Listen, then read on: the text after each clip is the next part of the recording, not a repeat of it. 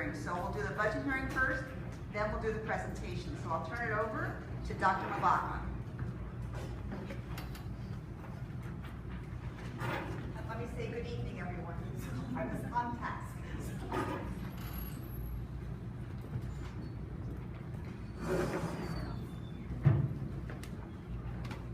Good evening. So this evening, Mr. Carlo, myself, and Dr. Tanamian will present the 2019-2020 school budget. Our first slide represents the journey that we have taken in regard to building the budget, which began in early November, where we began to look at our goals and initiatives and the capital projects that would be part of this year's upcoming budget. In late November, budget software was open, and we began to ask our administrators to populate their local school budgets. And in December, those budgets were entered and finalized. In early January, each individual who has budget responsibility was asked to meet with Mr. Carlo, Dr. Tanamian, and myself and present their needs so that the budget would be based in an organic way on what would help each school grow in their own unique way, as well as specific departments such as IT, special education, facilities, and transportation. In mid-February, we began to discuss the draft budget with the board, and in early March, the budget was finalized based on receiving our state aid figures. On March 14th, the budget was sent to the County Office of Education, and county approval was received on April the 17th. Tonight, the Board of Education votes to accept the budget. The emphasis in this particular path is to show that the budget is truly a year-long process. We only have a very short space of time between the adoption of this budget and the beginning of next year's budget. So a lot of thought goes into this, and certainly many attempts to make sure that this fits the unique needs of our students and programs. As we said, we begin the budget process by looking at our goals. And this year, the Board of Education established 3 goals. One of communication, one of instruction, and one of facilities and security.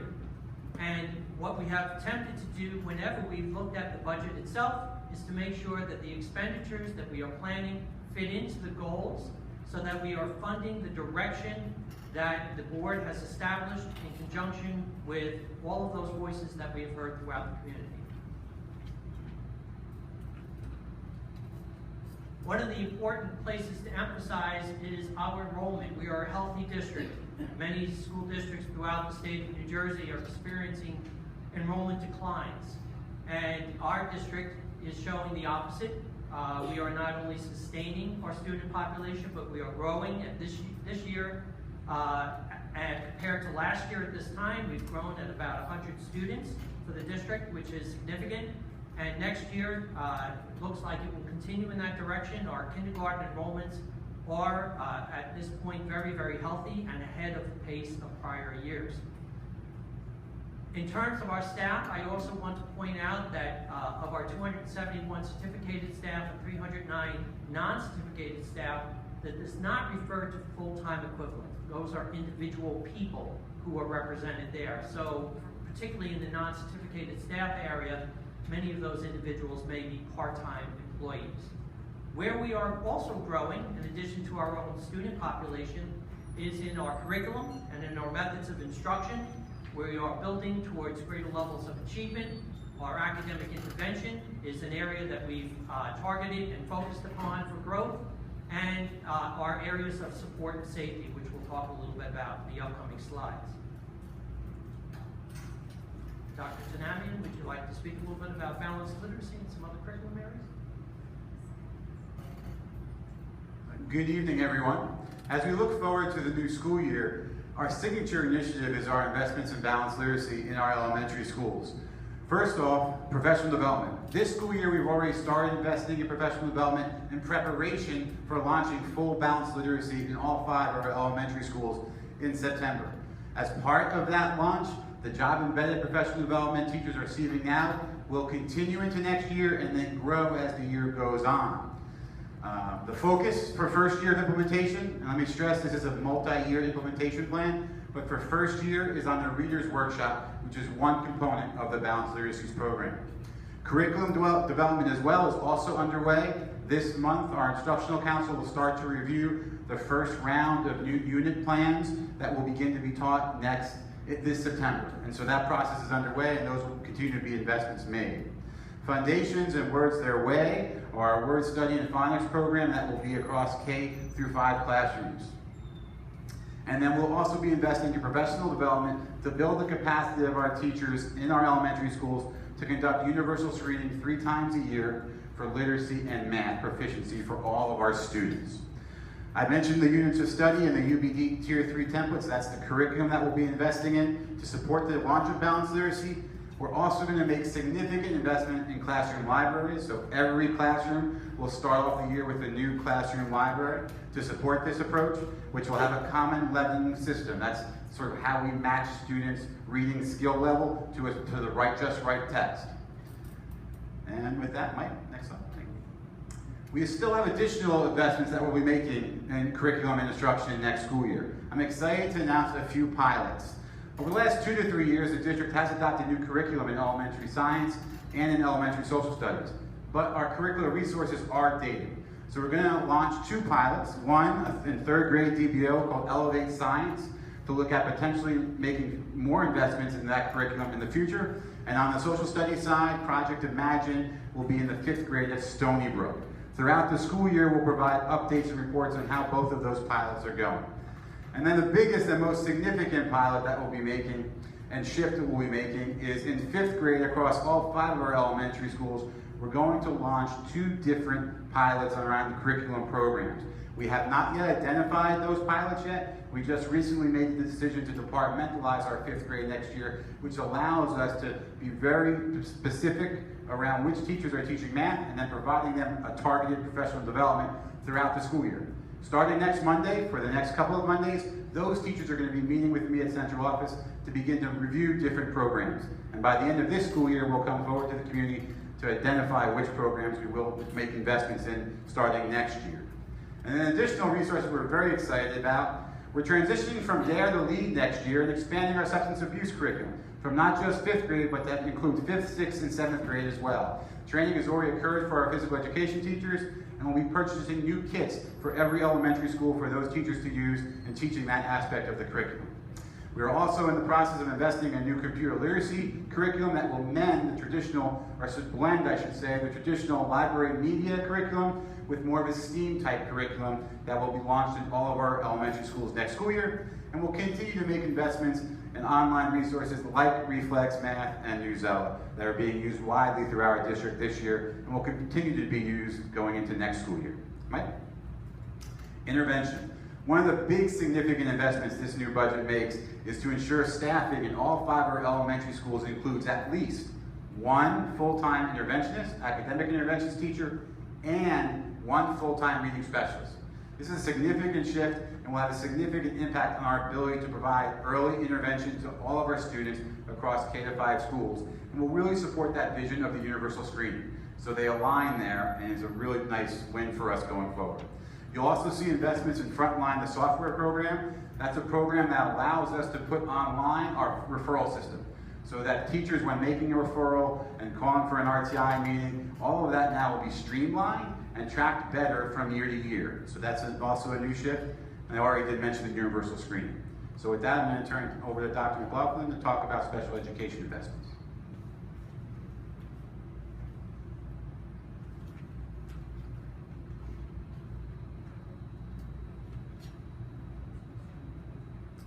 So hand in hand with the intervention program and that has just been explained, universal screening, the benchmarking, we are also, again, bolstering our special ed programs in the district. This year, as you may know, our Funtronics projector system was introduced into the district at DBO, KDM, and at the middle school. And we made a very significant investment in our MD and autistic programs through the Catalyst program. That was an expenditure of about $20,000 that will help us gather data to support the ADA programs that our children are experiencing, to interpret that data and to use that to really move our students forward in a beneficial way. And that's a program in progress, but the significant investment has already been made this year. As you may know, we partnered with Fairleigh Dickinson University at the very beginning of this school year to begin a dyslexia specialist program. And we were very pleased to fully populate that program with 8 of our teachers in cohort 1. Those teachers this month will be completing their second multisensory reading course. That allows them to provide intervention for students up to 3rd grade.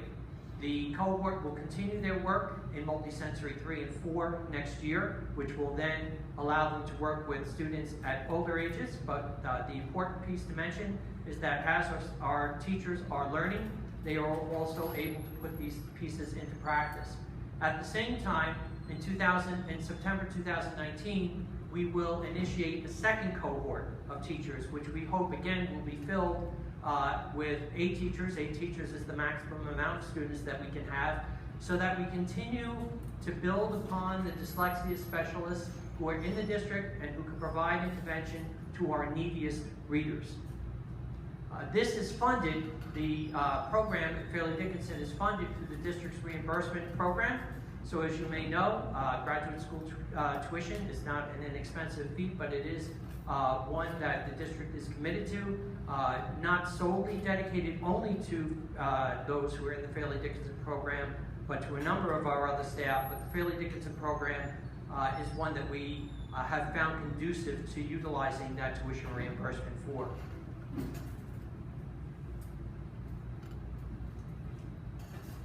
Just this past week, we brought together our administrators to launch a process called Future Ready Schools. From the state level, it's a certification process that's highly reflective. And come September, we're going to, in all 5 of our elementary schools, launch teams, mini teams, to throughout the year reflect on the quality of the implementation of our technology. Specific priorities for next year include building out makerspaces in all elementary schools, making investments in a 3D printer. We're proud to say, and we're appreciative of Rockaway Township's Education Fund helping us launch a 3D printer this year in Birchwood. And currently underway, we are auditioning several different 3D printers at central office to determine and identify which 3D printer we'll invest in across all of our elementary schools going forward. So I wanted to highlight that, and also wanted to highlight the STEAM lab that we've created at Dwyer. You see a picture of it over here. So these are some of our key priorities for the investments we'll be making in technology next year to ensure that going forward over the next several years, all of our schools are demonstrating that they have met the criteria for being future-ready schools.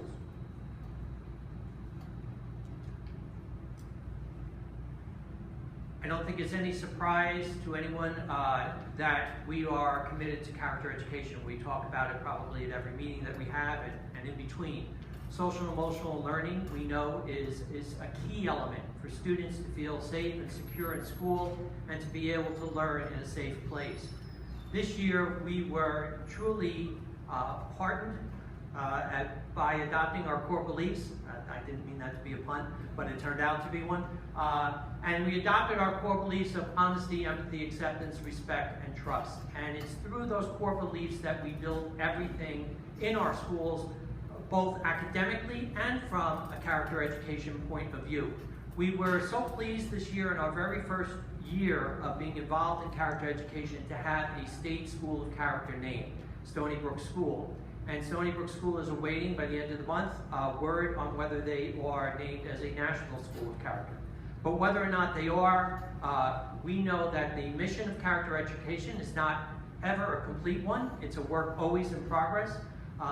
DBO has also dived in to the process of being reviewed, but our other schools as well, and the happy news that I'll share in my superintendent report later tonight was just this past week, 4 of our schools were named as best practice schools. That's a national recognition by the Character.org Association. So Birchwood and Dwyer and Copeland and KDM all received those distinctions. In 2019-20, we certainly plan to continue our work and embed ourselves in all we do in character education. And one of the centerpieces of that, and one of our true budget investments, is in the Rutgers Behavioral Health Program. So we've received tremendous positive feedback from the Rutgers intervention that has occurred here at Copeland Middle School this year. And based on that, we are expanding the program in the upcoming school year to encompass all of our elementary schools, so that we will have a certified professional mental health specialist available to all our students from pre-K through 8th grade. It's a significant investment. It's a $230,000 investment, but it's an investment we know we have to make because our students demand services that will ensure their well-being and give us access not only to people here in our schools, but to the wider breadth of services that exist in the network of mental health outside of schools. We are also committed to sustaining a healthy environment both in our schools and in our community. And this year we committed to the Sustainable Schools Green Team. As part of having a green team, we commit to green purchasing. So all of the products that we use for cleaning, the elements that we have in our schools and we use every day are all green certified. And this year we were very pleased, again in our very first year, to reach bronze level of achievement through this state program. One of the things the program gives us are incentives through discounts in purchasing, especially for our infrastructure in the district, and points that we can use for grants. Currently we have somewhere in the area of 3 to 4 grants that are under consideration by PSE&G, all through the Green Team program. And so there will be certainly more to hear about that. And we mention that not because it's an expenditure, but because it's a way that we can do two things at once. Once, we can commit to our healthy environment and be more conscious of the products that we are using and the practices that we're using, and at the same time, we can cause greater efficiencies and potentially have a better use of the monies that we expend as a result of that. We know that the work that we are doing, we cannot do alone, and so we have made a commitment to be a partner with all those in our community who are willing to lend a hand and be a part of the work on behalf of our students. I've talked about Fairleigh Dickinson and the Orton Gillingham project. We've also referenced the LEAD program and the partners that we have with that are our municipality and our police department, who have been just tremendous partners. Tonight we will hear a little bit later on about our partnership with Montclair State University and their network for educational renewal, not just in terms of teacher grants, but the great professional development that occurs through that partnership. And as we have our representative here tonight, Mr. Wexler, the strong partnership that we have with the Rockaway Township Substance Abuse Alliance, as well as a newly reestablished relationship with the Municipal Substance Abuse Alliance this year that funded Girls on the Run program at Birchwood School. Mr. Carlo, it's your turn. Yeah.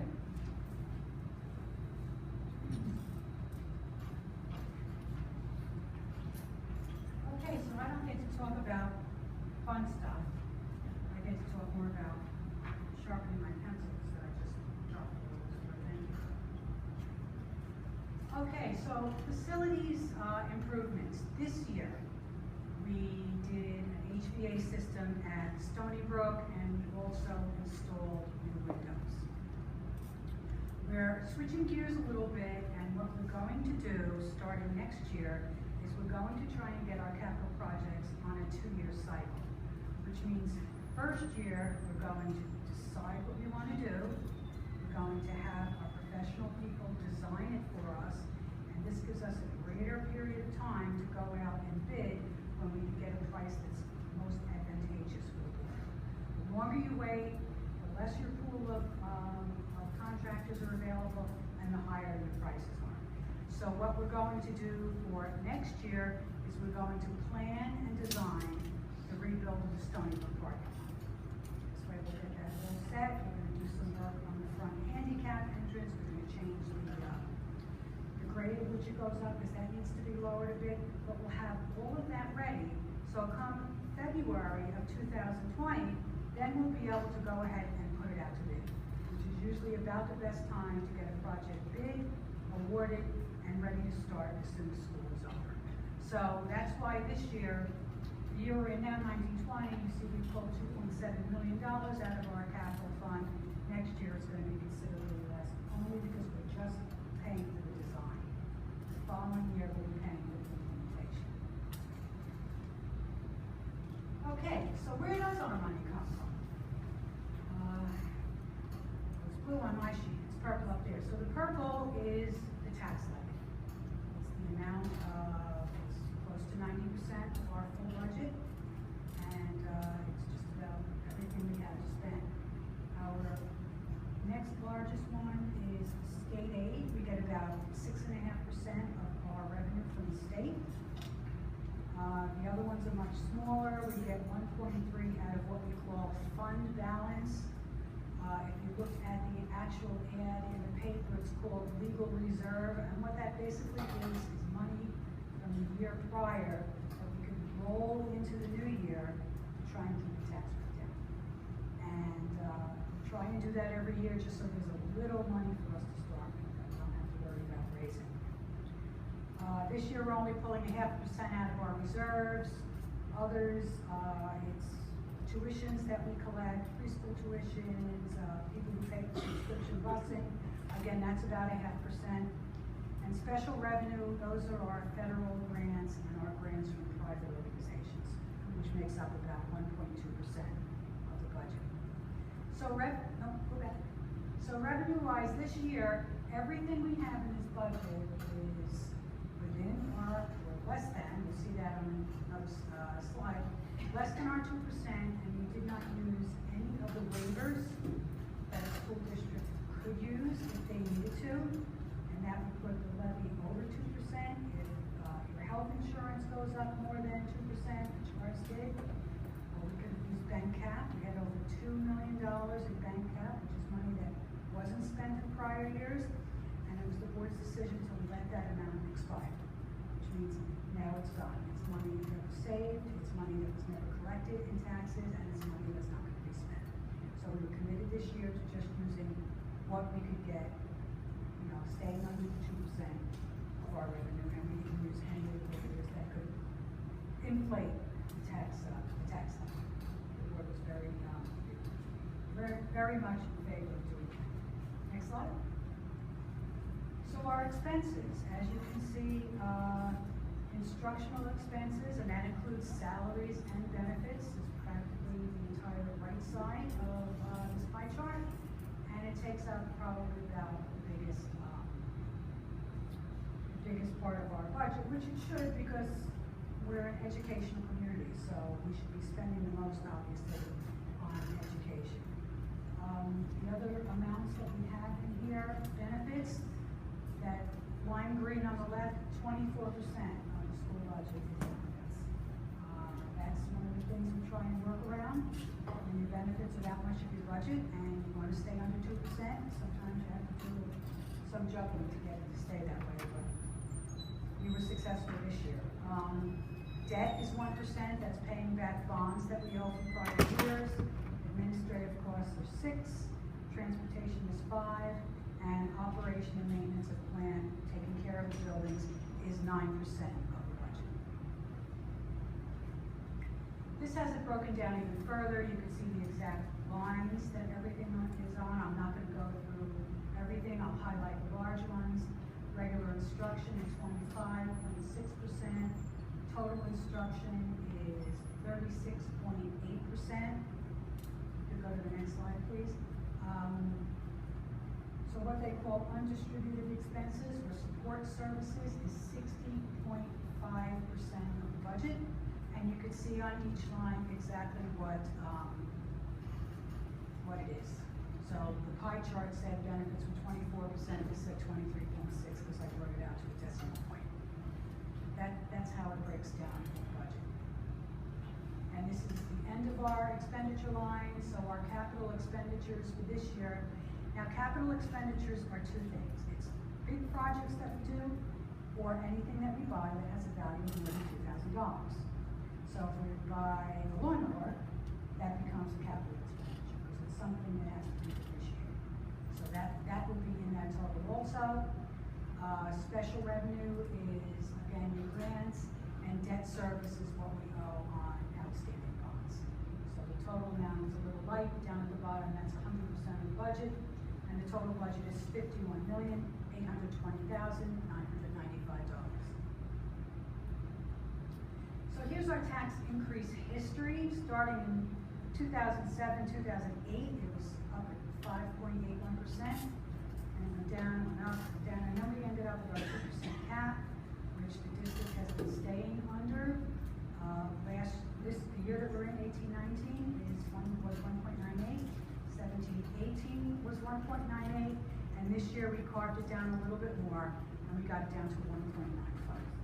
So that's what the tax increase is going to be. The levy amount is being increased by 1.95% for 1920. Okay, this is the tax impact.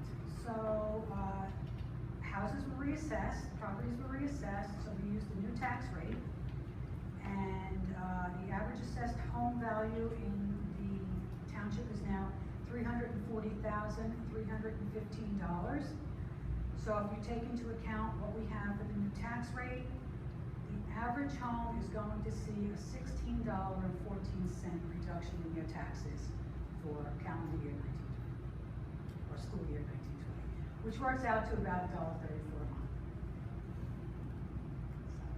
So, like it to be more, but at least it's not up, it's going down. Okay, this is our state aid history. So basically what happened in 2011 is our state aid was cut drastically. Those numbers aren't even on here. And then you can see they've pretty much been flat since 13-14. We went up a little bit the last couple of years, 17-18, 18-19, and now for 19-20, we're almost 100% funded. So I'm pretty sure going forward, we're going to be pretty flat as far as our state aid. We're a lucky district because there are some districts that got their aid slashed by quite a bit of money, and they had to scramble to figure out what to do. We did not have to do that. We got a very modest increase for this year, it was about $50,000, but at least they didn't cut it. So this is our budget comparison, just a quick overview of the budget this year compared to last year and the change. The general fund, which is basically our largest fund, where most of everything comes out of, changed by 1.97%. That is not the tax levy. That's just the amount the general fund budget changed. So the tax levy increase is 195. You can see our capital reserve expenditures are going down, and that's because we are not pulling $2.7 million out for next year. We're going to use the money to create the design for Stony Brook, and then the following year we will implement it. So anything that's spent after June 30th, 2020 becomes the following year's budget. Special revenue is our grants. That went up by 5.5%. Our debt service went down. As we pay off our debt, the payments each year become less and less. So our total budget went down 3.17%. For 18-19, we had 53,500, and we went down to 51,820,995. Okay, so this entire presentation will be up on the website tomorrow if you want to have another look. We will also be putting up the user-friendly budget, which we put up every year. That'll be going up tomorrow also, so you'll have an opportunity to see that. And I guess at this point, questions or any questions anybody has? We're ready. Yeah, and 1.98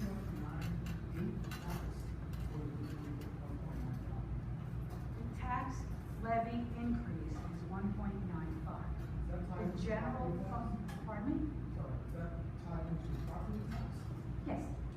We increase the tax levy, which is the amount of money that we get from the town, from the township, by 1.95%. We could go up to 2% legally without there having to be any voter approval. 2% is our cap. So we stayed under it and we went to 1.95.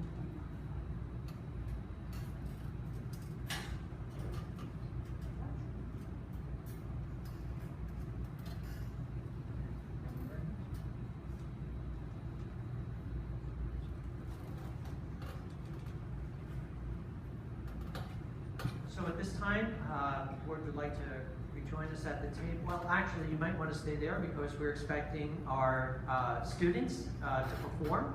And so I think they've been waiting very patiently out in the hallway to come in. And we have two presentations tonight. We have our musical presentation, and then we have a presentation in regard to the partnership that we have with Montclair State. So if you just hang in there with us for just a minute, we'll let them know that we're ready.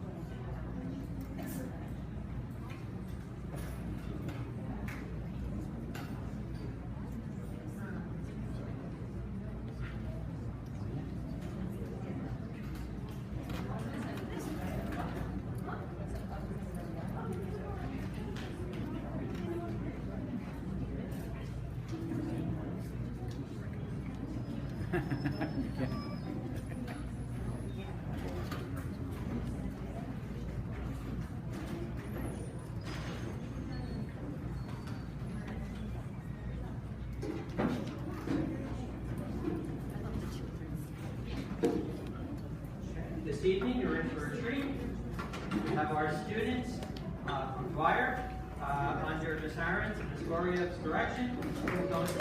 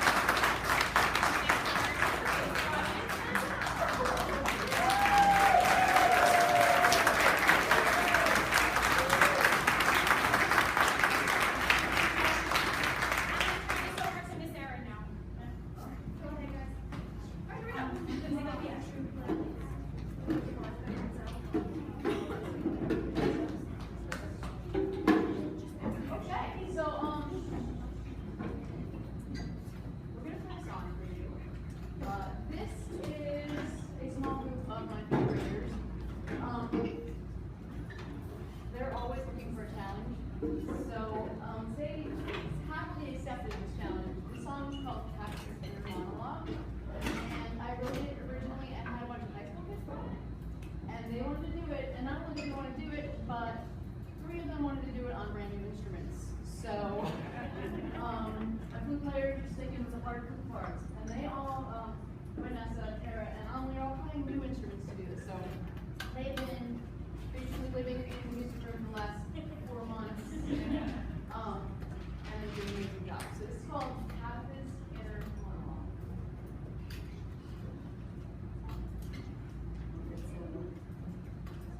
Good, you're good. All right. And we need to move towards the videos and such, so I'm not in your way. Are you ready?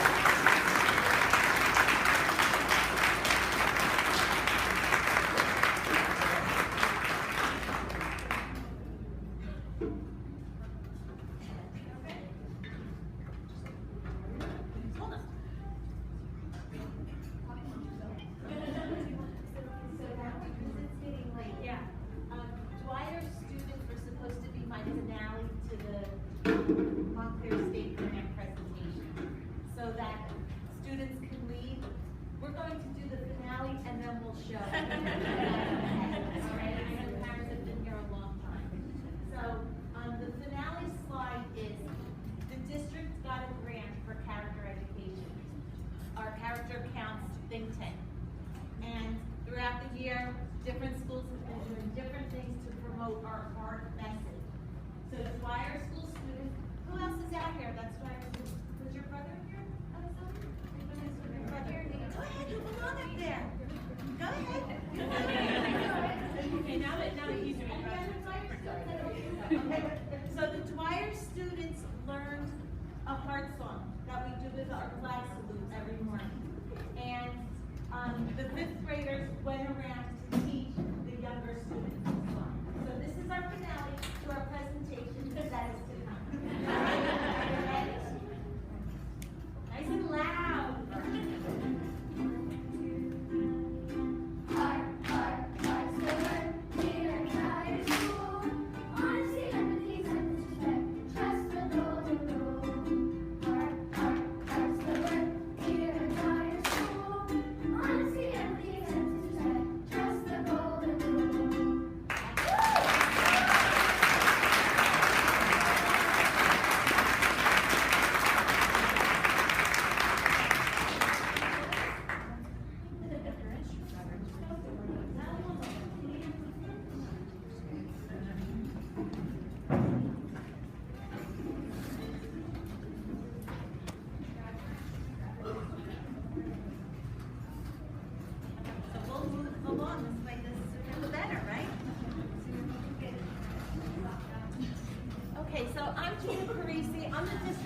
coordinator for our network. So I try to get the message out to the teachers, to the administration, to the staff of the different programs that are offered through Montclair State. With our network, we get professional development workshops that we're able to attend. We're also able to become what's called a clinical faculty member. And if you become a clinical faculty member, that leads to being able to write a grant. For an incentive grant is a teacher grant that you are able to get to do some kind of project within your classroom. That's a $200 grant that they award us. The other grant they offer to district grants, which are called Teacher Research Study Groups, and that we receive $500 for. So we're here today to present some of the grants, some of the teachers who were able to come tonight, but we have all the grants listed up there. So I'll try my best to just explain a little bit about some of the projects that were taking place this year. Okay? Okay. So Corey Blasi received some books to promote the health education and also social development. So with that grant, she'll be using these with the curriculum next year. Going back, our phys ed teachers will be going back into teaching the health curriculum. So these are some books that she was able to purchase.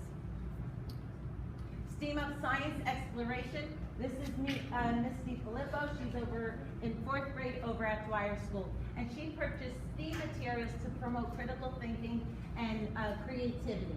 She does a lot of STEAM activities with her students where they're working in groups, and you always hear them a few doors down having so much fun. I tell them, okay, you have a few more months of that fun because once you get to 5th grade, you're not going to have as much fun. But anyway, next. Yep. Casey, I think, just stepped out, didn't she? Okay, so Casey Gloria, our music teacher, she did a wonderful program. Hers was called Full Steam Ahead. She purchased picture storybooks to inspire the STEAM program with the primary grades. With these books, what she does every year is she ties in literature or science, some kind of content area with our primary program. That's kindergarten through 3rd grade. Each grade learns a book, uses a book to inspire some kind of song and movement to music, right? And so her theme this year was STEAM, right? Maybe you could add to that. I don't know do you know what book was 2nd grade? 2nd grade, she used Rosie Revere Engineer. And so each of the classes in 2nd grade took, my class, I think, they performed their own song that they created on the xylophones, and like they wrote a song to go with it, or a little chant. And then I think Darlene, did I see Darlene here? Okay. Darlene, do you mind, I'm putting you on the spot, but do you know what book she used in kindergarten? Do you recall or no? And it's okay, I'm sorry, I didn't mean to put you on the spot. I think was science, wasn't it? And they did like Okay, so each grade had a little something different. She used the grant money to purchase these books. Okay. Oh, that's me. Yep. I used my grant to order some more picture books for the classroom to enhance character education, our science curriculum, math, and just new and interesting literature for the kids to enjoy. Maura Olo, she is a 6th grade teacher here at Copeland Middle School, and she used the grant money to purchase games and puzzles for her 6th grade classroom. She teaches 6th grade math here to promote the math curriculum and also critical thinking in the math classroom and problem solving.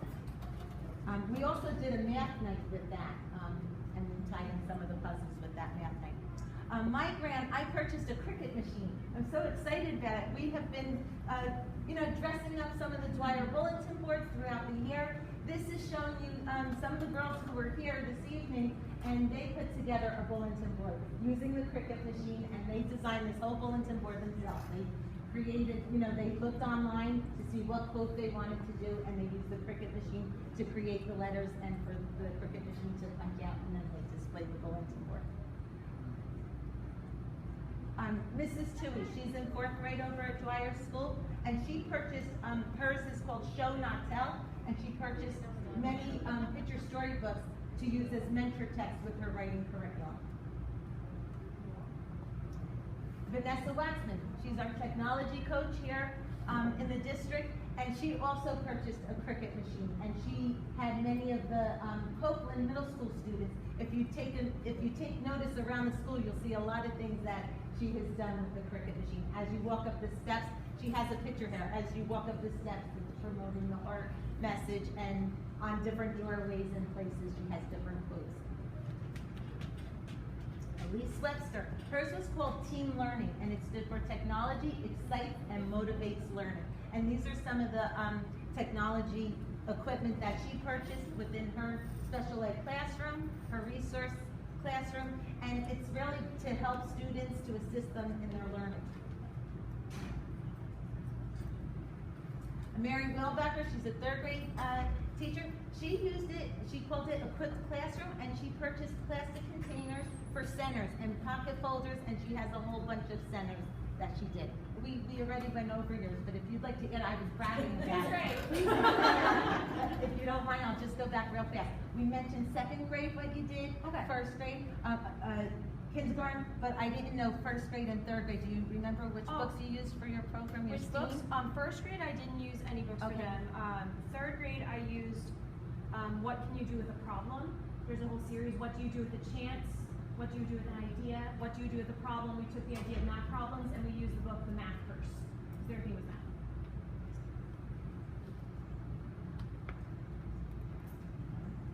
I used the grant money to start a mileage club at EBO for second and third grade students during recess.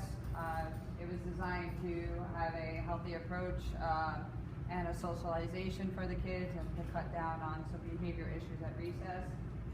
The kids participate Monday, Wednesday, and Friday. And for all the students that signed up to participate, they have to complete 10 laps on a punch card. So every lap they complete, they get a new punch. And once they get 10, they earn a new colored toe token, which they can proudly wear on their shoelaces or on a necklace, whichever they have chosen. And right now we're going through the whole rainbow. So I have a couple of students that are already up to 100 laps, and they're super excited about it, which they get a certificate at the end. Okay, one of the teacher research grants, and maybe Jen can help me with this because Jen was in on this grant also. Over at Dwyer School, we created a Lego area. We called it our Lego lamp. So you could see there we have a Lego wall. We created a Lego table area where they can, make different displays. But Jen can share a little bit about how we're using it at Dwyer. Okay, so this is actually our STEAM room at Dwyer, and the project was just recently finished. It was a collaboration not only from the teachers but also the community, and our maintenance department did a phenomenal job of taking the vision and actually they put this on plexiglass, and then they hooked up. If you saw what that table looked like before, you wouldn't even believe it's the same table. We had community members, even Mrs. Salome had donated Legos to go into the area for us because Legos are extremely expensive to have, and we have a plethora of them now. But this is really to be used to enhance our indoor recess with the students. It takes creativity and collaboration, not only amongst the students, but also amongst the staff at school. It has opened up a new choice center for our students. This week, the students are actually getting acclimated to the areas of reviewing the rules that are posted up there. And then it's going to be the students' responsibility to actually take care of and manage the area. So they have to, each homeroom signs up for 1 week. On that Friday, they go in and they'll be cleaning up and straightening out not only this area, but what also kind of works together with this area. There's board games, there's an art center, there's recyclable materials where students can build and create, like the makerspace that the district is envisioning putting in all schools. And they also have access to the library at this time where they can just work together. Right now during an indoor recess in our school at Dwyer, students are separated by their homerooms. And one of the great things about recess and lunch is that you get to mix in with other students.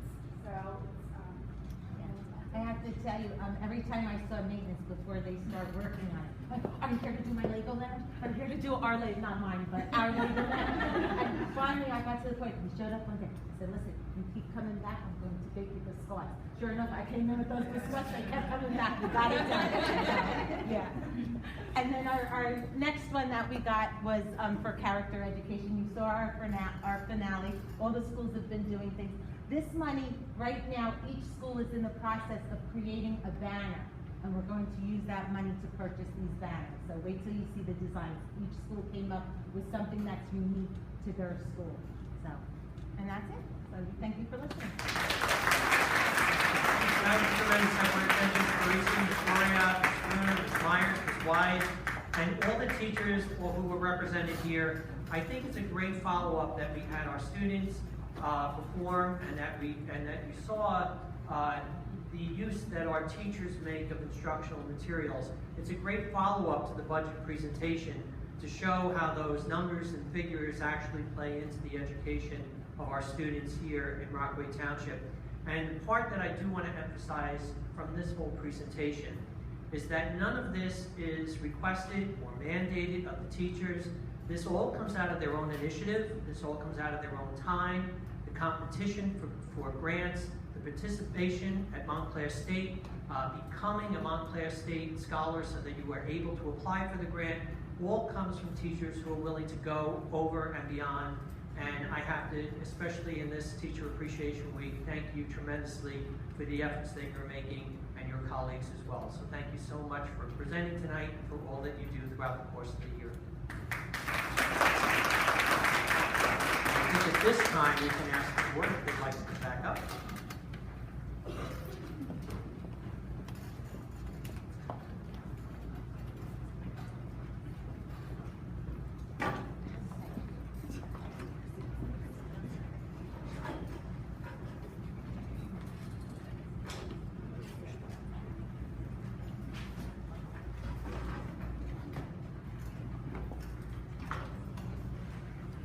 On behalf of the board, we would like to continue with the theme of thank you. Certainly, we know it's Teacher Appreciation Week.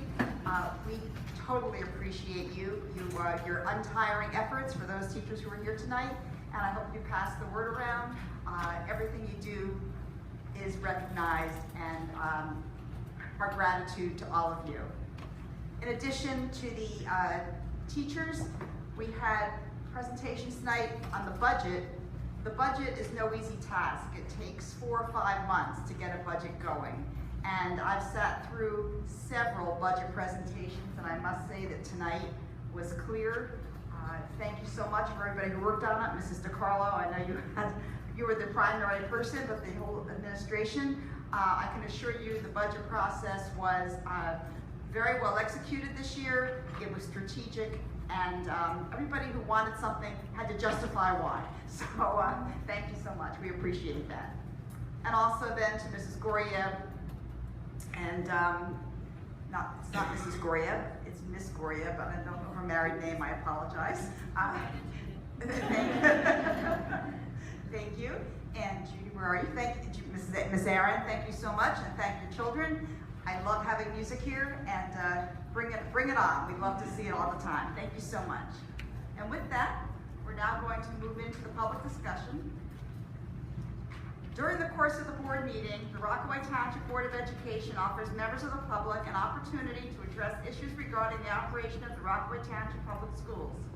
The board reminds those individuals who take this opportunity to identify themselves by name and address, and to limit their comments to items listed on the agenda and/or items directly related to the operation of the school district. Issues raised by members of the public may or may not be responded to by the board. All comments will be considered and a response will be forthcoming if and when appropriate. The board asks that members of the public be courteous and mindful of the rights of the other individuals when speaking. Specifically, comments regarding students and employees of the board are discouraged and will not be responded to by the board. Students and employees have specific legal rights afforded by the laws of New Jersey. The board bears no responsibility, nor will it be liable for any comments made by members of the public. Members of the public should consider their comments in light of the legal rights of those affected or identified in the comments, and be aware that they are legally responsible and liable for the comments. May I have a motion, please, to open to the public? So moved. Second, Brooks, Mrs. Halborn. Is there anyone from the public who wishes to address the board? Please come up. Just state your name. Microphone's over there. So your name and address, please. Sure. Christine Kubilano, 562 Maple Road. Thank you.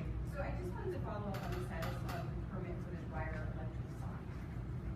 I don't know if we have any information on that, as of yet. No, not at this time. It will, as I think I've mentioned a couple of times, that will be a longer process because it's on a county road. So, but we have begun that process, and certainly once we have clearance and all the permits that are allowed, we'll move forward with the project. But it is not in this year's budget. It's in next year's budget because we know that that preliminary planning is going to take that length of time. Well, according to the research that I've done into what it takes to get that sign, it's not accurate with the information that was given by the board thus far.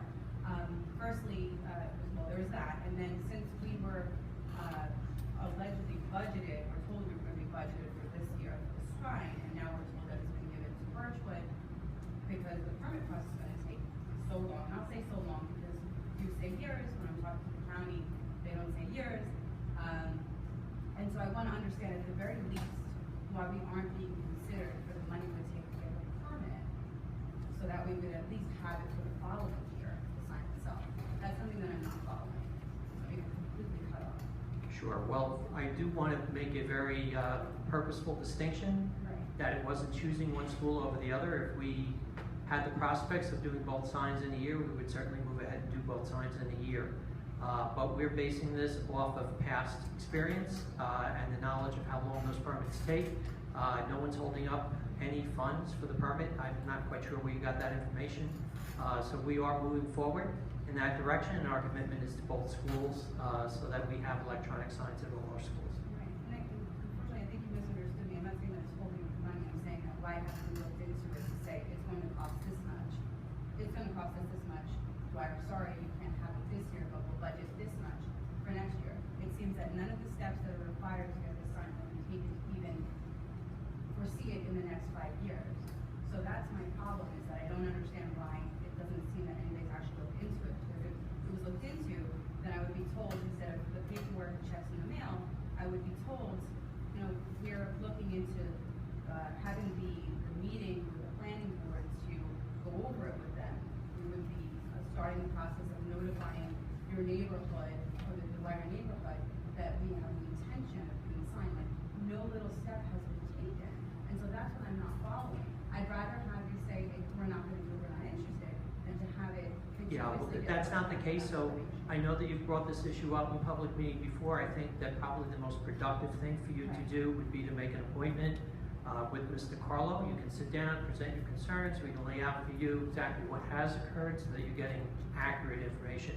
Because I think at this point that's the most important step. Yeah, I think so, because it's been a full year and so far it's not one step has been taken for the Dwyer electronic sign. So I would appreciate anything so that you can help me understand it in the foreseeable future for us. And then another item I wanted to understand is going back to the ed tech concern that I had of the removal of the ed tech from the school. Now, in thinking about and speaking with other parents within the community and within Dwyer, I think part of the concern is that there would be like this helpline that would be in place. And so, wondering what a teacher would do if they're in the middle of some sort of electronic testing or a program that's working with Chromebooks. Do they then stop the class and call a helpline? Like, how does that work without having somebody they can call? Who are they going to call to come run up and not stop the course of education that's taking place in that classroom? So that's something I also understand. I don't know if you're prepared for that now, or if that's something that you'll address later on. Yeah, well, we certainly have anticipated that, so we don't anticipate that being an issue at all. Okay, and that's not an issue why? Because we have the resources to address those. And what resources do we have? I think if you'd like to have that type of detailed discussion, and as, you know, certainly as president of the PTA, Right. if we have regular meetings, if you'd like to attend the next one, we could even make that a topic. Yeah, those meetings aren't in the time frame in which a working mother could attend or a working person could attend. And the hotline or the dial-in that was set up, as I've noted in the past through my email to you, have not been working to be able to be dialed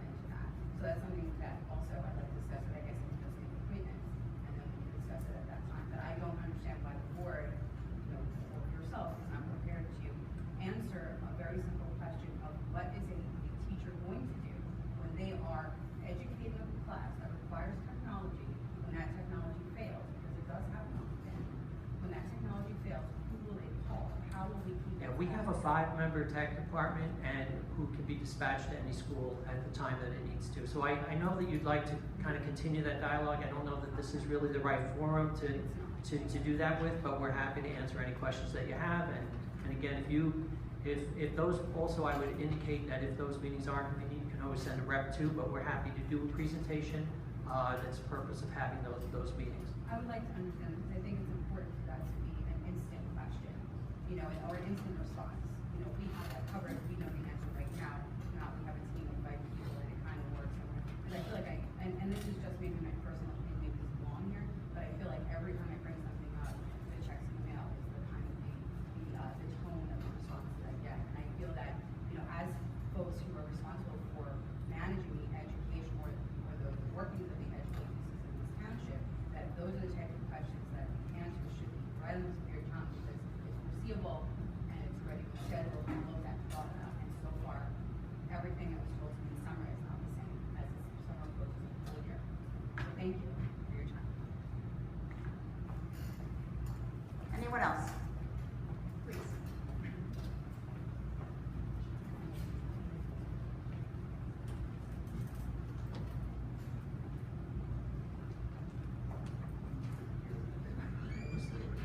Yeah, thank you. So, my name is Dan Borton, I'm at 36 Gabriel Street. And forgive me here, this is the only open public session, is that correct? No, that's not correct. So what we Please do, explain it. sure. What we do, these are for general concerns or questions, and then, except for the personnel section in the agenda, we have the option to open it up to each section prior to a board voting. So in finance, we would open to the public, any questions about finance. In education, open up to the public, any questions about education. In addition, at the end of the meeting, before we close the meeting, we also have another public discussion portion where you can speak as well about any topic. So Okay. there's really two, one at the beginning, one at the end, and then throughout the entire meeting, we do it frequently where we'll open to the public anywhere except personnel, which we can't by law. Okay, so when it comes to questions about personnel, is that something that has to be addressed at this time? If there are decisions that are being made with regards to personnel. With regards to personnel, we will not comment, as I read earlier, we will not comment on personnel by law, we cannot. Okay. We can't stop you from speaking. I can only reiterate what I said before, that the board will not be liable for anything you said about an individual. So if you- Understood. Sure, so you can Understood. certainly, I can't stop you from speaking. No, so, and I just want to make sure that I was speaking at the appropriate time. Yes, that's fine. Okay, Uh-huh. so my question comes down to personnel and approval of what is considered tenure, okay? And is that something that is then voted on for individuals that are coming up, that have met their, I think, is it 3 to 4 years?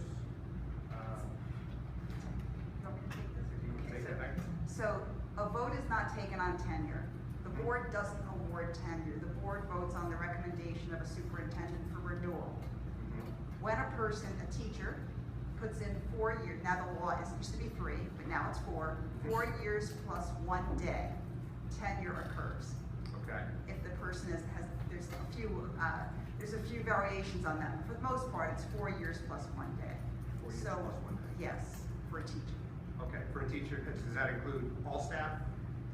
Teachers, administrative? Teachers, administrative, yes, Okay. except if that person had been in the district already in another position, that's a variation of the theme. But in Okay. terms of, in terms of a teacher or a principal or a supervisor, it's 4 years plus 1 day. It's 4 years plus 1 day, okay. So, I guess, what I'm trying to bring up here is the appropriate time if, for example, a parent in the district has an issue with regards to an administrator or a teacher before that time, because you have to approve that. When is this meeting the appropriate time to raise that concern? You want to take this up to Mark? I would No. say, no, I think that anytime a parent has a concern, we encourage them to work through the individuals who are present in the district to address that concern. So, for example, if a parent has a concern relative to a teacher, we ask them to see the principal in the building. If the parent has a concern relative to an administrator in the building, to see a member of the central administration who'd be assigned, etc. Throughout the course of the year, we reiterate that we're available for questions and concerns so that parents can have those concerns addressed immediately. But board meeting would not be the first stop. Obviously, if someone had exhausted all those avenues and they had been addressing them and felt that they didn't get the relief that they should have, or a resolution to whatever the issue might have been, then certainly, you know, that's one of the functions that a board meeting can provide. But we also have a number of community forums. Throughout the course of this year, we have 6 scheduled, 4 completed, 2 to come. And although those aren't about specific, they're not meant to be about specific individuals. Many times at those community forums, people do bring up themes that need to be addressed. So that's another area that parents have if they are looking for having concerns addressed in the school. I can understand that. Okay, my question, just to cut to the chase here, will there be a vote tonight with regards to approving extending contracts for individuals by your staff? Not extending contracts, renewing contracts, yes. Renewing contracts? Yes. Okay. And those individual contracts, are those the ones listed on that sheet over there, or is that everyone's in the district? All certificated staff are listed, who are coming back next year, Okay. are listed for board approval tonight. Okay. So Once a year that happens in every school district, and it has to happen typically, especially for non-tenured staff, before May the 15th by law. Okay, so once you approve that, and if there is an administrator or a teacher that is now going to be in their 4th year and 1 day year, they would in fact have been granted tenure. Is that correct? They would have accrued tenure, yes. Okay, okay. So this will just basically be a blanket vote for everyone in there, and then if they just so happen to be in that 4th year, they're now tenured. Okay, can you remove certain individuals from that list? Because obviously there's a lot of people on there, and I don't have a problem with probably 99.9% of any of them. So I guess my question is, do you just approve that blanket list or nobody? That's up to the board. So the board decides. If the board would like to vote on someone separately, then that's up to the board. But that would not be a public request. That would not be, right, okay. So approving tenure is approving an administrator or a teacher through that period is a pretty important thing. Would you agree? Yes. Correct, okay. And so with negative complaints for gross negligence or anything like that, would that be viewed, negatively in making that decision? You know, I'm just going to say that if, in terms of the open public comment, we're happy to respond to specific questions for Okay. information, but it's not truly meant to, and I don't say this, for you specifically, this isn't meant to be a dialogue type of experience. So if there are things that you'd like to make a statement about, certainly we will listen. And if there are clarifications regarding what's on the agenda tonight, we'll provide it. But I do want to just make a distinction that the public comment period it's not meant to be a dialogue. We usually don't observe time limits, but although we have them on the agenda, but the dialogues tend to go well beyond that. Okay, all right, then I'll cut to the chase. In short, I have an issue with regards to the principal of this school, Alfonso Goodell. All right, in light of everything that has happened, allegedly has happened over the last couple of years, I think everyone knows what we're talking about here. Making a long-term commitment to somebody like that. Again, these are allegations that are currently at issue here. I don't think that's a wise decision, okay, until the facts come out with regards to, quite honestly, the lawsuit that is currently involved in our town, that involves the Township, the Board of Education, and various other staff, including Principal Goodell. And so, that is what I would like to say as my public comment. So when you think to renew this, please take that to heart. Thank you. Anyone else? Please.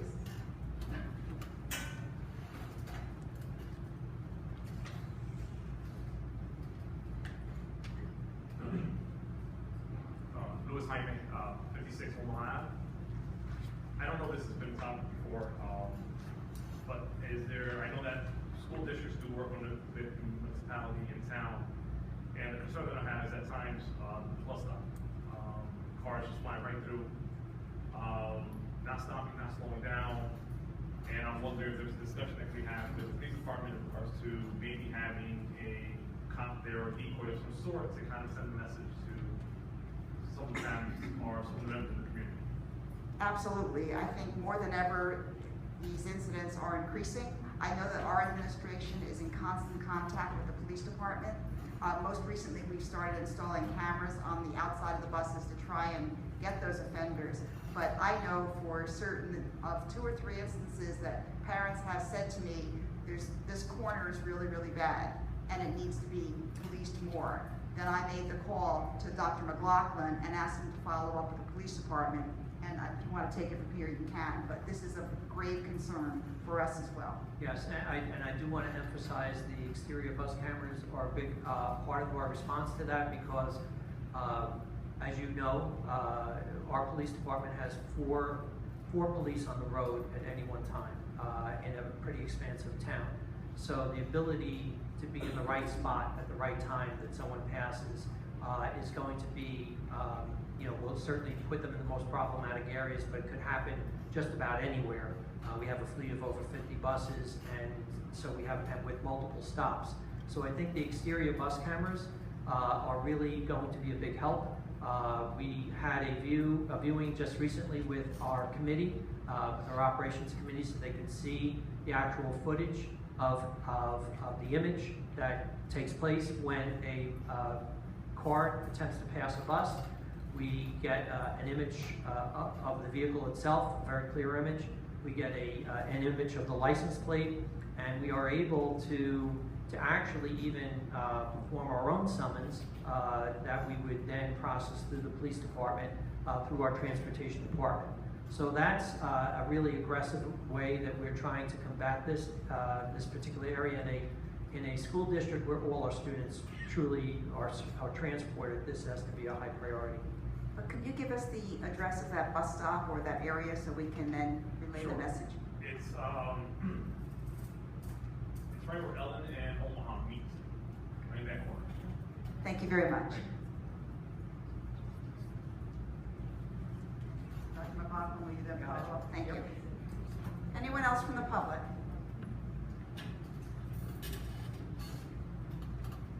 If not, may I have a motion, please, to close to the public at this time? So moved. Mrs. Shields? Second. Mrs. Brooks? Moving on to communications. Has there been any additional communications?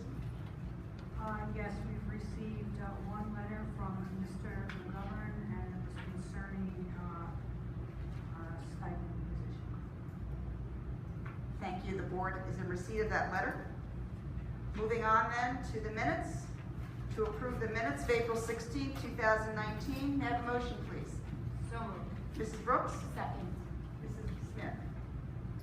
Discussion by the board? Roll call, please. Mrs. Brooks? Yes. Mrs. Chirico? Yes. Mrs. Hellborg? Yes. Mrs. Mezek? Yes. Mrs. Shields? Yes. Mrs. Smith? Yes. Mrs. Salmi? Yes. Moving on to approve the minutes of April 17th. May I first have a motion? So moved. Mrs. Shields? Second. Mrs. Brooks? There was a mistake in a last name. A last name that was listed as Greenberg should be Goldstein. So I'd like to have the minutes approved with that change as amended.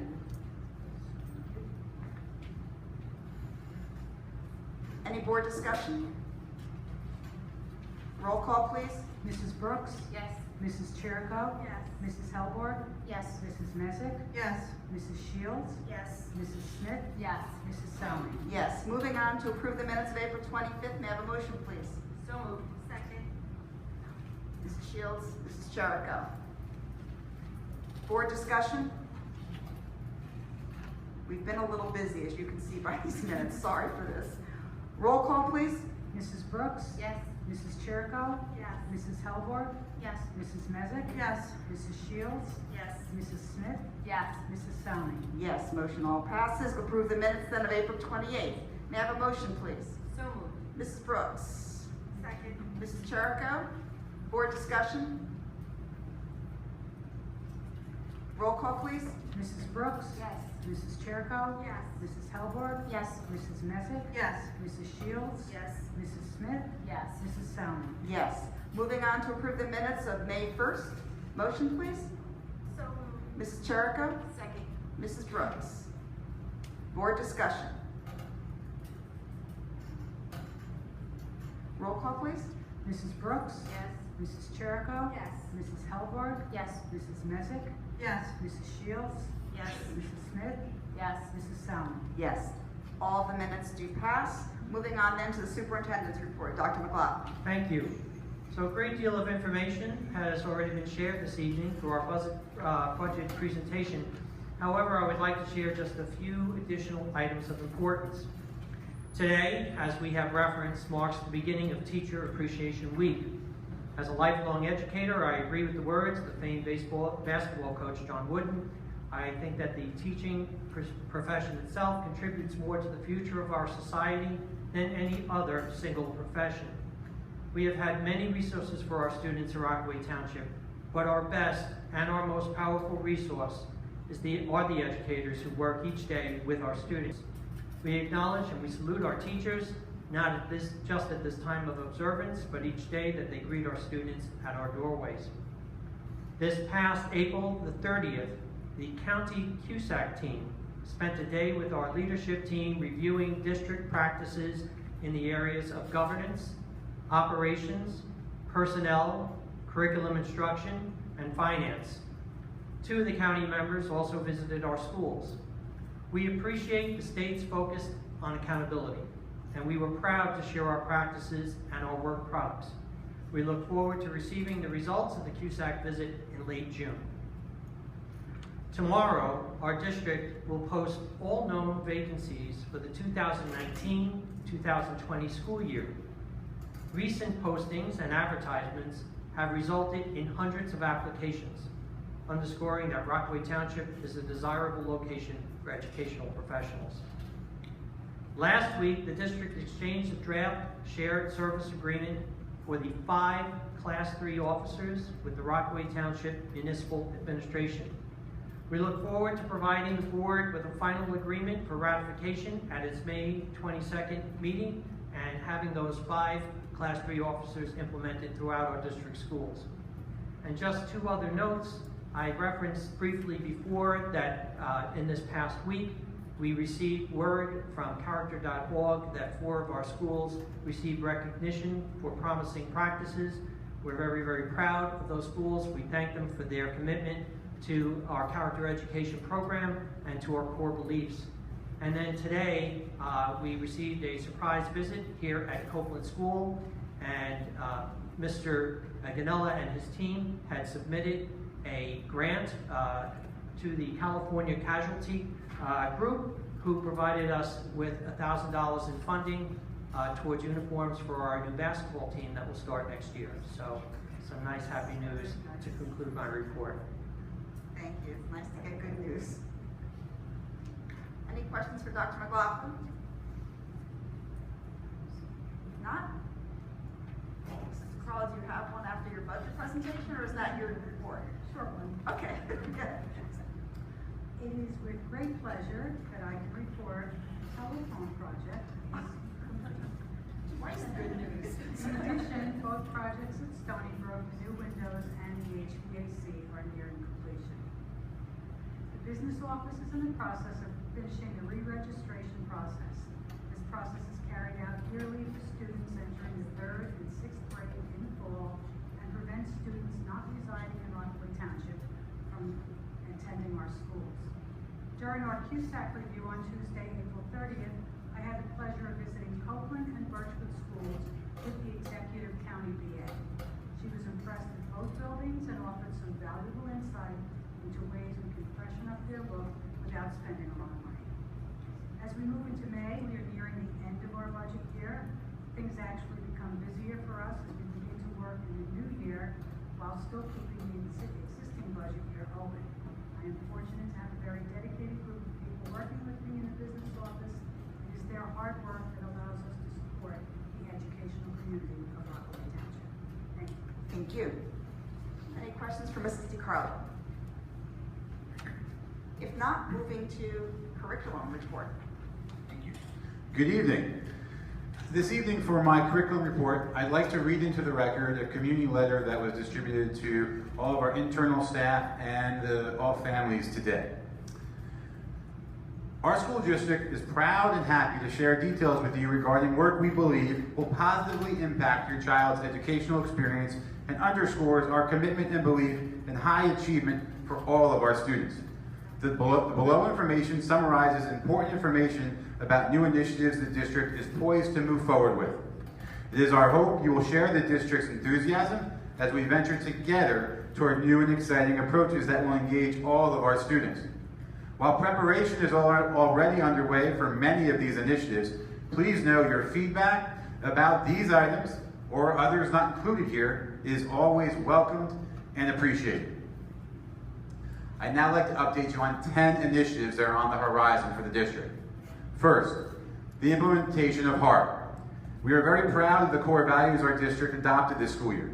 During the 1920 school year, you can expect to see more lessons and activities aligning with these values. Each elementary school will protect time for a daily 15-minute community meeting for every class to reflect on the core values while being intentional about building and maintaining healthy relationships. At Copeland, we will continue the implementation of our character education program and seek to expand opportunities for peer leadership. In keeping with our newly adopted core values, we will launch a revised code of conduct centered around our core values of honesty, empathy, acceptance, respect, and trust. Our revised code of conduct will be incorporated in all school handbooks and will be implemented in the 2019-2020 school year. The second initiative, balanced literacy. Commencing in September, all elementary schools will implement a balanced literacy program where students will have extended periods of time for reading and writing instruction. During the first year of implementation, the priority focus will be on implementing a Reader's Workshop model in all K-5 classrooms. We will also be purchasing new classroom libraries to support this initiative. Professional development is already underway to support teachers in this work, and it will continue through next school year. The balanced literacy approach will replace ERLA and will also include a phonics component for grades K to 2 and a structured word study program for grades 3 through 5. Universal screening. To ensure all students are on track toward proficiency with reading and numeracy, we will institute universal screening for all students in grades K through 5. In September, January, and June, we will assess student development in the area of reading and math proficiency. This will enable us to provide academic interventions earlier in a child's development with better information about what each child needs. To support this shift, every elementary school will be staffed with at least one full-time reading specialist and one full-time academic intervention teacher.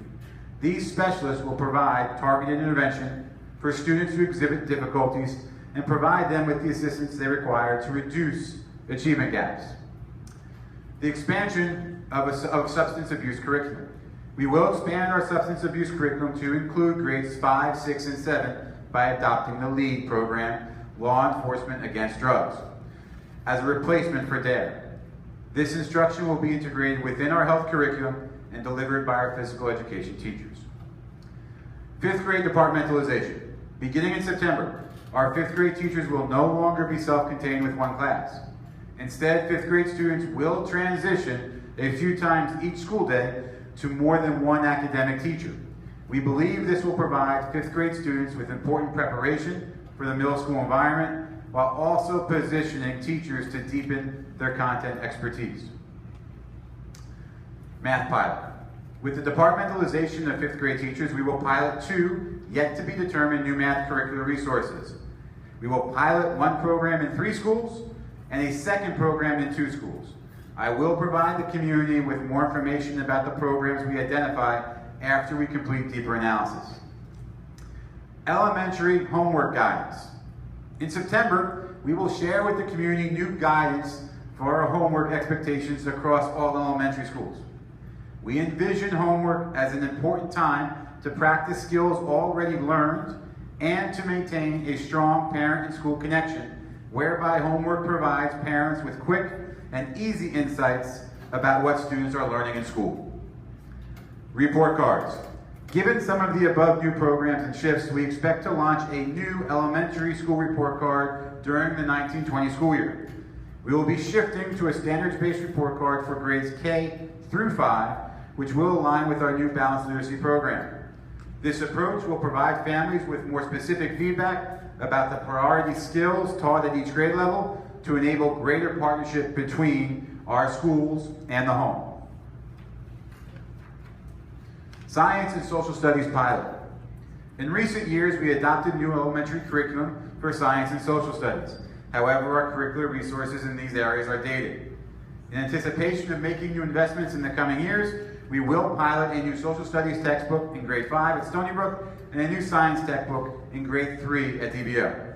We believe these new resources will provide expanded learning opportunities through higher quality and more engaging online and traditional resources. Launch of Schedule Committee at Copeland School. In an effort to ensure our middle school schedule continues to align with our values and priorities, we will launch a Schedule Committee. It will include Copeland teachers, staff, administrators, and community members to review the middle school schedule. This committee will report back to the community about their work and any possible recommendations no later than February 2020. As an aside, please stay tuned for the launch of an exciting new summer reading program for Copeland students this June.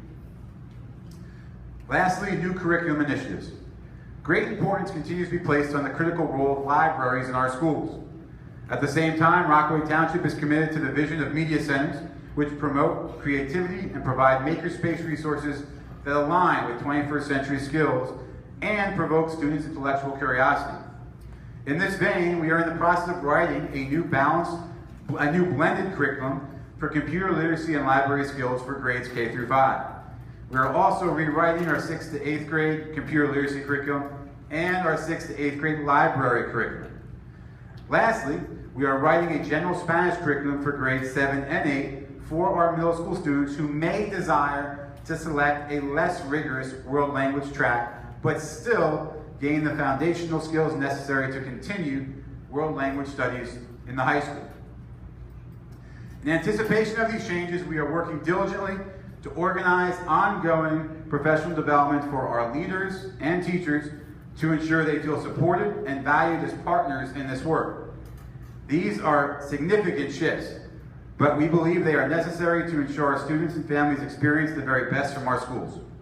In the event this information raises questions or concerns, please do not hesitate to reach out to me. I am happy to discuss any and all of the items in greater detail. Please know we haven't taken these decisions lightly, nor will we implement them without a commitment to open and honest communication and transparency while maintaining an empathetic ear. We are committed to establishing a culture of excellence in all of our schools where our students, teachers, leaders, and families are inspired by the work we accomplish together. Only in true partnership will we empower in all of our students the greatness they possess to achieve their dreams. Thank you. Thank you. Any questions for Dr. Tanamian? Thank you for sending out that letter. I already ran into somebody in ShopRite who had received the letter and was very impressed by everything that's been going on, and looking forward to great changes next year. Thank you. Moving on then to committee reports. Any committee reports? Mrs. Pelborn. We met last week, the Ed Committee. Not to repeat everything, but we discussed the general Spanish curriculum that he just referenced, also the universal screening, as well as the math curriculums. In addition, we were introduced to the summer reading program. I don't want to say too much about it because it's pretty exciting, but there's some really cool ideas that are coming to the forefront regarding that, and I think our middle school students are really going to appreciate that over the summer. But I don't want to give away too much, so I'll leave it there. We want to take part in that. Yes, we it's want fun. to take part. It's fun. It's great. But like I said, he explained all the details of the programs that we talked about on our last meeting. Thank you. Any other committee reports? The Operation Committee canceled. We had a lot of meetings last week, and with Future Ready also being that Thursday morning,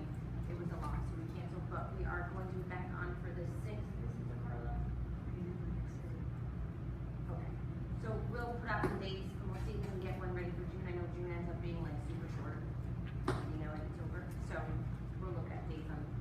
Thank you. Any other committees? For policy, I just wanted to give an update to the community. We are, one of the policies that we are reviewing right now that should be on the agenda for first read for the May 22nd meeting is the teaching 100, the attendance policy. In addition to that, I'm not going to go into the other ones, but we do need to have some dates for the next meeting. Does anyone have any availability the week of the 13th?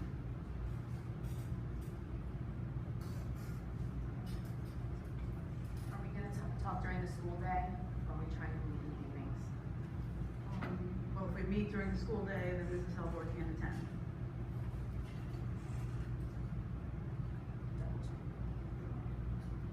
Is it the 13th? No, the week of the 13th. The only day I hope to have it is the 15th.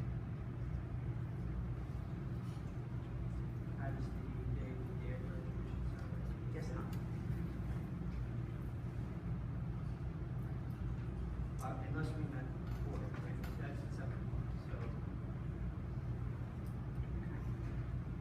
I can make it 5. Can you get that? I can make it 5. Okay, so we'll just have to hold it right to an hour. So And 5 it is- o'clock on the 15th?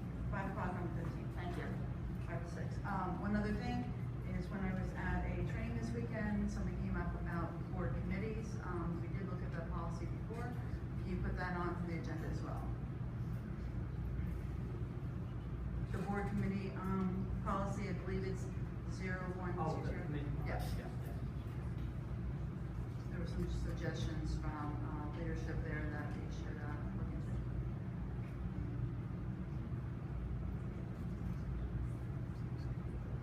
Anyone else? Mrs. Hellborg, you want to? Yeah, I forgot to thank the teachers that came in to speak regarding the program. Dominic Brock and Mrs. Waxman, Vanessa Waxman, they did a great job putting it together, and I should have said that earlier. So, Thank you.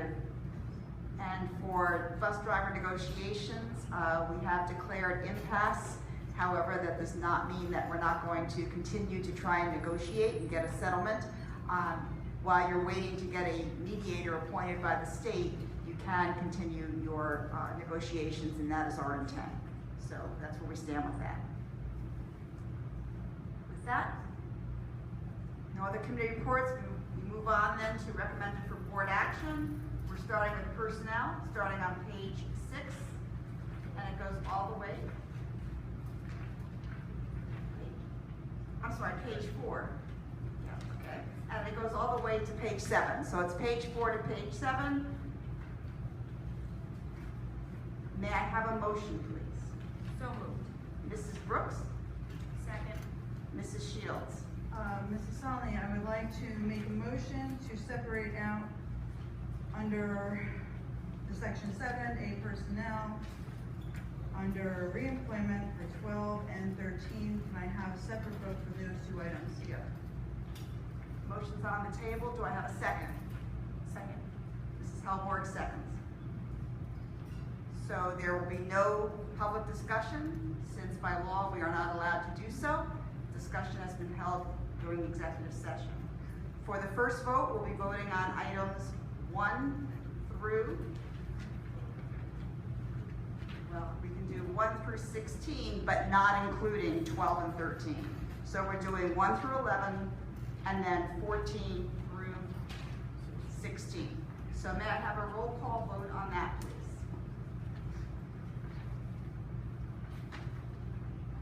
Mrs. Brooks? Yes. Mrs. Chirico? Yes. Mrs. Hellborg? Yes. Mrs. Messick? Yes. Mrs. Shields? Yes. Mrs. Smith? Yes. Mrs. Selmy? Yes, motion passes. Now we'll be voting on 12 and 13 combined. Roll call, please. Mrs. Brooks? Yes. Mrs. Chirico? Yes. Mrs. Hellborg? No. Mrs. Messick? No. Mrs. Shields? Yes. Mrs. Smith? No. Mrs. Salmi? Yes. Motion passes. Moving on then to HIB determination. There are no current investigations. Moving on then to education. May I have a motion, please? So moved. Second. I'm sorry, did that Mrs. Brooks? And second was Mrs. Smith. Board discussion. I did have a question about, number 4 under C, education, Rutgers University Behavioral Health. What exactly is that referencing? That's referencing the mental health specialists who we already have here at Copeland Middle School, continuing with that, and then one full-time mental health specialist to service our elementary schools. So the one that, would that be a full-time or part-time position that would? So that's a combination of 2 full-time positions, one for the middle school and one for the elementary schools. Okay, so they would spend like a day in each one? Right. Great, thank you. Any other questions? I can open to the public if anyone has a question for education. If not, roll call, please. Mrs. Brooks? Yes. Mrs. Chirico? Yes. Mrs. Helberg? Yes. Mrs. Mezak? Yes. Mrs. Shields? Yes. Mrs. Smith? Yes. Mrs. Salmi? Yes. Motion passes. Moving on to special education, beginning on page 7, going to page 8. May I have a motion, please? So moved. Mrs. Brooks? Second. Mrs. Cherico. Board discussion.